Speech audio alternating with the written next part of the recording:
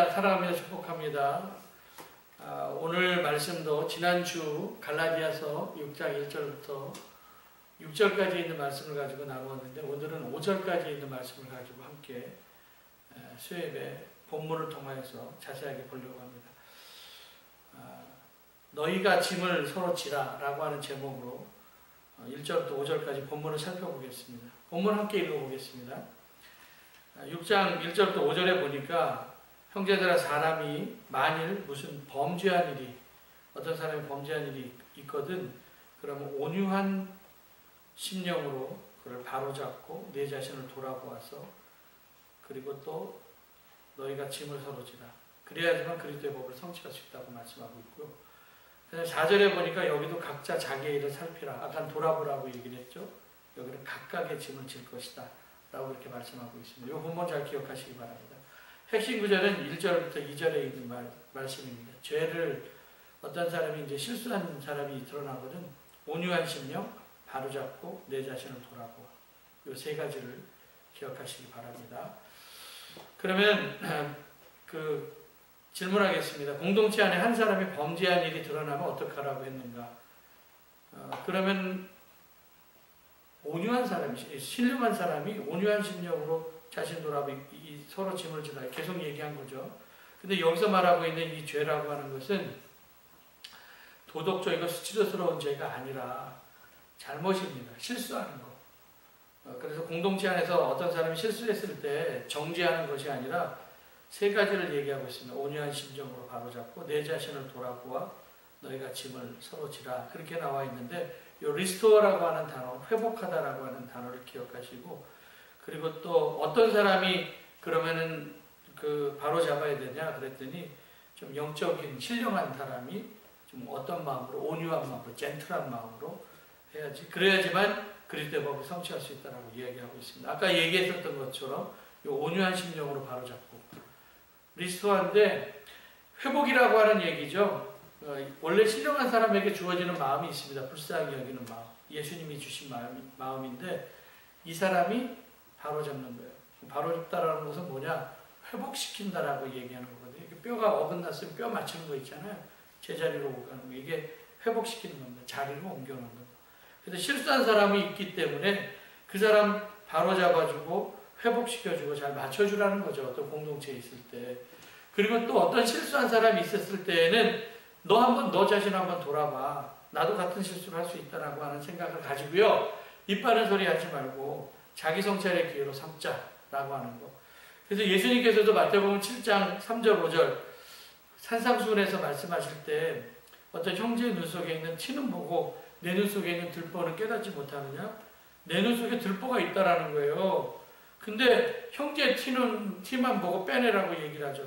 그래서 외식하는 자요, 내 눈 속에 있는 들보를 빼어라. 그래야지만 밝히 볼 수가 있다라는 거예요. 그래야지만 형제의 눈에 티도 빼낼 수가 있다는 거예요. 그 다음에 티 지적하기 전에 너 자신 한번 돌아보라는 거예요.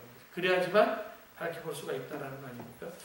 요한복음 8장에서도 비슷한 얘기가 나옵니다. 현장에서 가늠한 여자가 잡혀가 끌려 나왔는데, 서기관과 바리새인들이 예수님께 얘기를 하죠. 모세의 율법에 의하면 돌로 쳐 죽이라고 했는데, 선생님 어떻게 해야 되겠습니까? 근데 그 말을 들은 예수님께서 죄 없는 자가 돌로 치라, 친절히 말씀하셔요. 사람들이 그 말씀을 듣고 양심의 가책을 느껴서 어른으로부터 시작해서 젊은이까지 짱돌을 다 내려놓고 다 하나씩 갑니다. 그리고 이제 예수님과 여자만 남았습니다. 근데 예수님도 그 여자에게 나도 너를 정죄하지 아니하노니 가서 다시는 죄를 범하지 말라, 그렇게 말씀하고 있거든. 다시 한번 기회를 주는 거죠. 그래서 우리가 정죄보다는 자기 자신을 돌아보는 거 되게 중요해요. 우리 스스로 우리한테 질문해야 됩니다. 예수님께서는 그 짱돌 든 사람들한테 죄 없는 자가 돌로 치라고 했는데, 우리는 우리 스스로, 짱돌 지고 있는 우리 스스로 너 깨끗하니? 씩씩거리는 무리들처럼 살면 안 된다는 거죠. 그리고 양심이 마비가 되어서 뻔뻔하게 돌 던지지 말라는 거예요. 왜냐하면 그 던진 돌이 부메랑처럼 나에게 다시 돌아올 수가 있기 때문에 나를 돌아보라, 나를 살피라, 이 말씀 기억해야 된다는 거예요. 그리고 세 번째는 너희가 서로 짐을 지라. 저는 이게 서로라고 하는 말이 되게 좋습니다. 그 성경에 보면은 긍정적으로 많이 사용되고 있는데 서로 친절하게, 서로 우애하게, 서로 뭐 존경하기를 대접하고 돌아보라고 얘기하고 있고 서로 사랑하라, 서로 병낫기를 위해서 기도하라, 서로 마음을 같이하라, 서로 위로하라, 서로 물건을 통용하라, 쭉 이렇게 서로 덕을 세우는 일에 힘을 쓰라. 오늘 너희가 짐을 서로 지라. 그렇게 나와 있거든요. 여러분들 사람이 함께 있을 때 빛이 나야 돼요. 그래서 오늘 사실 서로 짐을 지라 얘기하고 있는데 짐이라는 단어가 오늘 본문에 보면 2절과 5절에 두 번 나오는데 각각 어떤 짐을 얘기하는가. 갈라디아서 6장 2절에 보니까 짐이라는 얘기가 나오죠. 헬라어로 보면 바로스인데 혼자서는 절대로 질 수 없는 무거운 짐입니다. 그런 짐이 있죠. 그래서 거기에 보니까 영어 성경에 보면은 others burden이에요. 다른 사람의 무거운 짐, 이것들이 있다고 한다면 서로 지라. 그래서 어떤 사람이 실수를 하게 되면은 온유한 심정으로 바로 잡고 자기를 살피고 그 실수를 좀 같이 덮어주면서 그 짐을 져줘라. 그런 말씀을 하고 있죠. 여러분들 늪에 어떤 사람이 빠졌다고 하면은 나올 수 있는 방법은 하나밖에 없어요.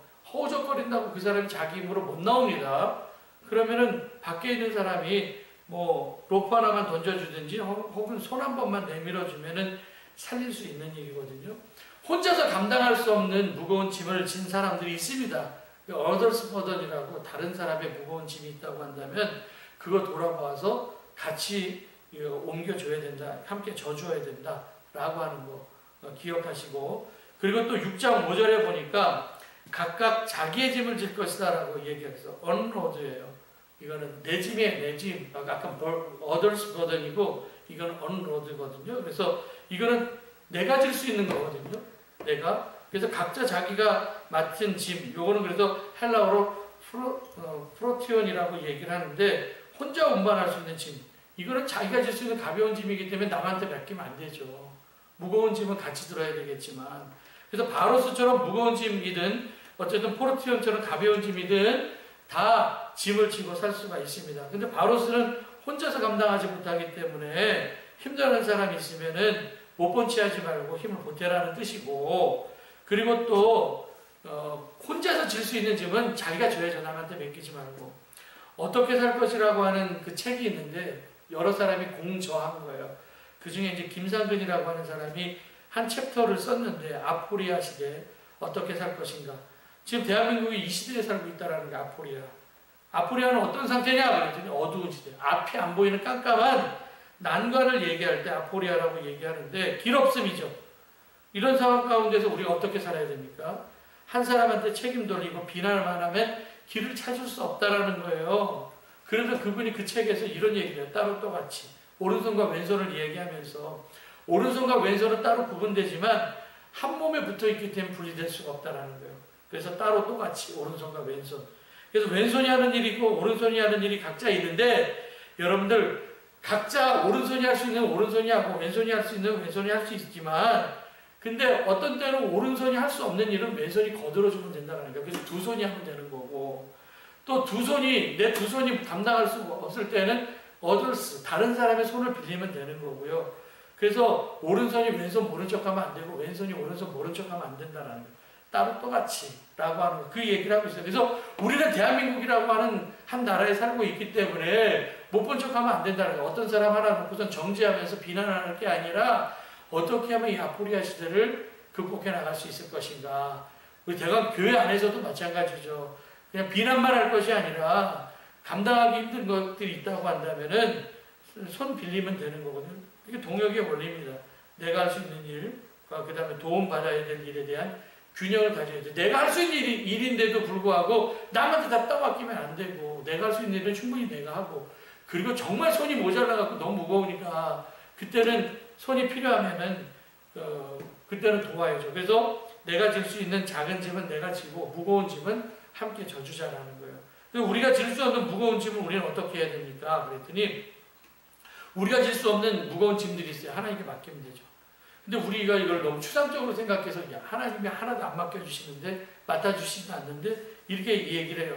여러분 시편 55편을 자세히 읽어보면은요 다윗이 너무너무 힘든 상황이었습니다. 괴로워서 도망치고 싶은 상황이어서 광풍과 폭풍우를 피할 의신초로 서둘러 좀 날아가고 싶다. 여기 뭐예요? 날아간다라고 하는 게 도망치고 싶다는 거 아닙니까? 너무 현실이 어려워서 특별히 나의 원수가 나를 힘들게 해서 그러면 내가 뭐 그냥 견딜 수 있지만 근데 나를 배반하는 사람이 인간적으로 믿었었던 사람이에요. 거기에 보니까 나의 동료, 나의 가까운 친구 얘기를 합니다. 그때 그 시편 55편 21절에 그의 입은 엉긴 젖보다 부드럽고 그의 마음은 다툼으로 가득 찼고 그의 말은 기름보다 더 매끄러우나 사실은 뽑아든 비수로다. 친구인 줄 알았는데 비수를 들고 있는 사람이었어요. 배신당함이죠. 그래서 주님께 부르짖고 하나님 기도합니다. 하나님께 기도합니다. 그런데도 불구하고 자꾸 배신자가 생각나는 거예요. 막 비수를 들고 있는 사람. 육신의 소리가 들리는 거죠. 이게 현실입니다. 너무 힘드니까 기도를 해도 자꾸 육신적인 소리가 들리니까 나쁜 생각을 하고 있을 때 그때 다윗에게 하나님께서 다시 주신 말씀이 뭐냐? 그거 다 지금 맡겨버려. 그러면 하나님께서 너를 붙들어 주시고 의로운 사람이 망하도록 버려두시지 않을 거야. 이 말씀을 다윗이 깨닫게 된다는 거죠. 여러분 힘든 일이 있으면 자꾸 안 좋은 생각이 하죠. 주저앉아 있지만 말고 하나님께 맡기고요. 그런 내 마음의 흔들림을 허락하지 않는다. 그래서 내 마음을 지켜야 된다는 거예요. 여러분들 그러면 예수님께서 그럼 우리가 어떤 짐을 지셨습니까? 우리가 질 수 없는 짐을 예수님께서 지셨거든요. 예수님도 그 짐이 얼마나 무거웠든지 겟세마네 동산에서 기도할 때 하나님 하나님 아버지의 뜻이거든 이 잔을 내게서 옮기시옵소서. 짐이 무겁다라는 거죠. 근데 내 원대로 마시고 아버지의 원대로 되기를 원합니다. 근데 그 기도를 하나님의 천사가 또 하늘에서 도왔다, 힘을 더하더라 라고 하는 그런 말씀이 나와 있어요. 우리가 기도할 때 기도에 힘을 더해 주실 줄 믿습니다. 하나님께서 그렇게 도와해 주신다는. 그래서 예수님께서 이 무거운 짐을 지셨는데 예수님께서 얼마나 무거웠으면 이렇게 말씀을 하셨겠어요.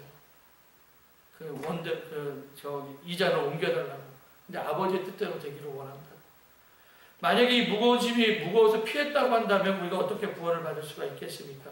죄 없으신 예수님께서 우리의 죄의 짐, 우리가 해결할 수 없는 죄의 짐을 지시고 십자가에 죽으심으로 우리가 살아났다라는 거예요. 그래서 이사야서 53장에서 얘기하죠. 그가 찔림은 우리의 허물 때문이고 그가 상함은 우리의 죄악 때문이라. 그가 징계를 받음으로 평화를 누리고 그가 채찍에 맞음으로 우리가 나음을 받았도다. 그렇게 말씀하고 있어요. 우리가 오늘 말씀 기억하면서 우리 결론적으로 한번 생각해 보겠습니다. 함석헌 씨가 쓴 시가 있어요. 그대 그런 사람을 가졌는가. 지난주에도 이 얘기를 했었는데 말리길 나서면서 내 처자를 맡길 수 있는, 마음 놓고 맡길 수 있는 사람을 가졌는가. 우리도 스스로 질문해 봐야 됩니다.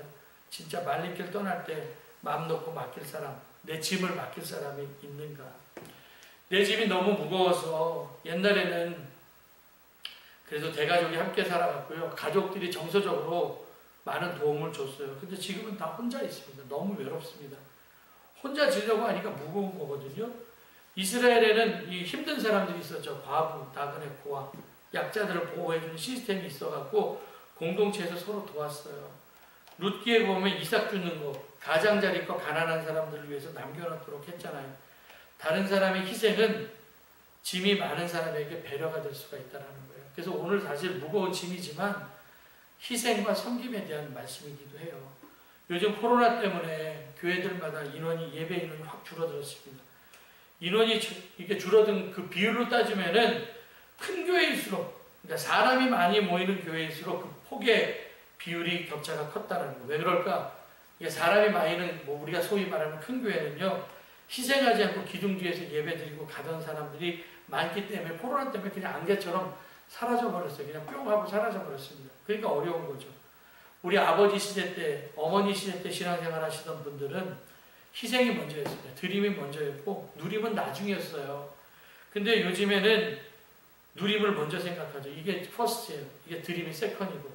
그러니까 사람들이 교회를 생각할 때 큰 교회를 택하죠. 이 교회는 어떤 프로그램으로 내가 누릴 수 있을 것인가.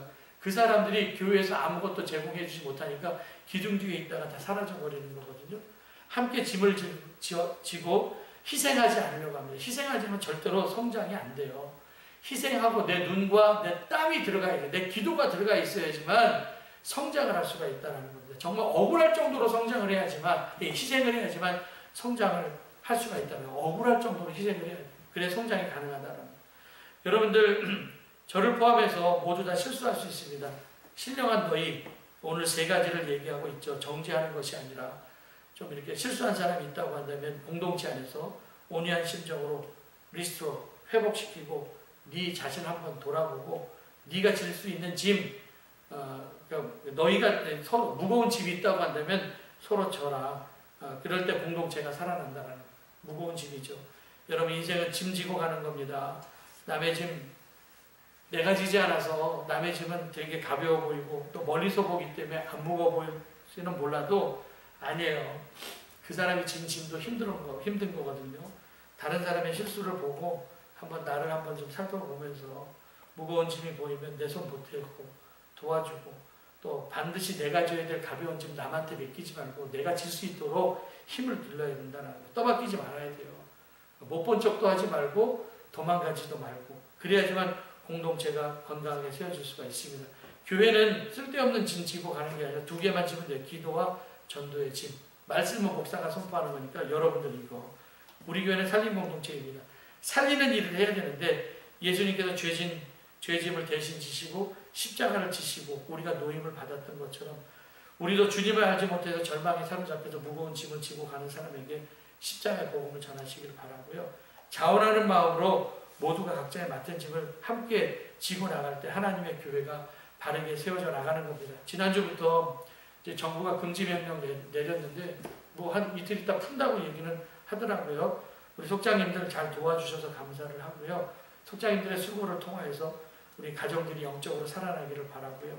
내가 해야 될 일 있으면 회피하지 말고 서로 각자 맡긴 짐 잘 져나가서 우리의 공동체가 아름다운 공동체로 살아가기를 바랍니다.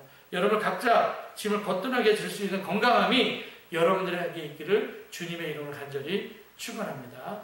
기도하겠습니다. 사랑과 은혜가 많으신 아버지 하나님 감사합니다. 오늘 함께 말씀을 나누었습니다. 무거운 짐을 지고 가는 인생길 하나님께서 도와주셔서 내 짐 대신 져주시고 또 우리가 져야 될 짐들은 또 우리가 각자 거뜬하게 질 수 있게 하여 주시고 각자 짐을 서로 지면서 우리 공동체가 아름다운 공동체로 살아나게 하여 주시옵소서. 예수님의 이름으로 기도드렸사옵나이다. 아멘.